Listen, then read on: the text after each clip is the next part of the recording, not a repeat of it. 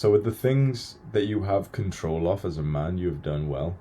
And in something that you have no control of, it's unfortunate that you started in essentially like below the baseline that we wish we could have started on.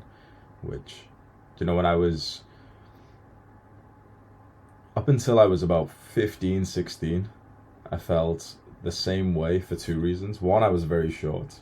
I was I was 5'1", 5'2" or something till I was like 17, so I grew last out of all my friends. But two, the bigger insecurity that I had, which is very similar to yours, is that I was brown skinned. I was Pakistani living in the UK. And although, you know, I'm talking about race, you're talking about height, it's kind of the same thing of like, it's this thing that we can't change and what we perceive, you know, it's the negative thing. Like you said, it's the first thing that someone will see. You are defined by this bad trait. And that's exactly how I felt with being brown, right? And I think you'll be able to relate to this. So for all of my childhood and for most of my teenage years, I had this belief that being brown is a bad thing, that I will be seen as a worse person for that. I won't get the attraction from girls. I won't get the respect. No. It's not that I just won't get the respect from men. I will get the bullying. I will get the insults, the discrimination, the physical attacks, the abuse. I'll get the embarrassment when I see the news talk about immigration and it's always brown people being showed. I'll get the guilt and the shame when the news talks about terrorism and it's always brown people. And so I was convinced that being brown was something that I cannot change, and that meant that I would be undesirable. Until one day, Zayn Malik, he started to go viral. You remember him from One Direction. So if anyone doesn't know, Zayn Malik is like this, pretty much your age, 21, 22 years old.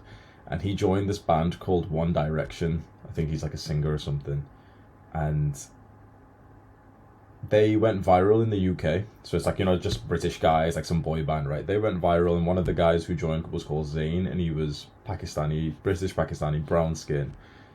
And out of nowhere, girls in my class, like the kind of girls that I used to have crushes on, but I used to think that they'd never be interested in a guy like me, they start posting pictures of Zayn on their Facebook with like emojis and saying, oh my god, he's so hot and everything.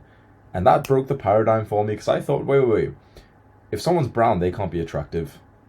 And here in front of me, my Facebook newsfeed, this was when people used Facebook, my newsfeed is getting blown up from this random guy that these girls are obsessing over.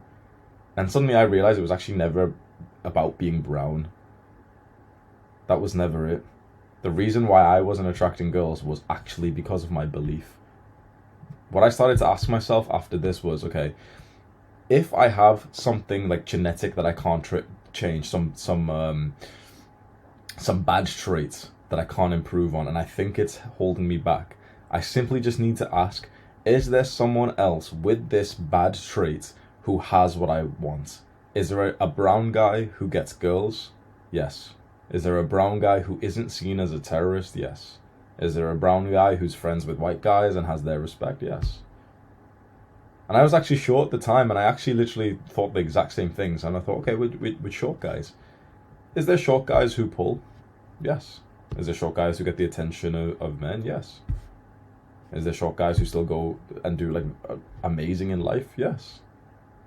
Now, of course, we can sit here and talk about statistics of like, yeah, short guys are less likely to be successful and stuff. Okay, well, you can say the same thing about brown people. Me and you as brown men, we are almost in the worst possible category of students in the education system. The only kind of like ethnic, not really an ethnicity, but the only group of people that perform worse than Pakistani men in the education system are travelers.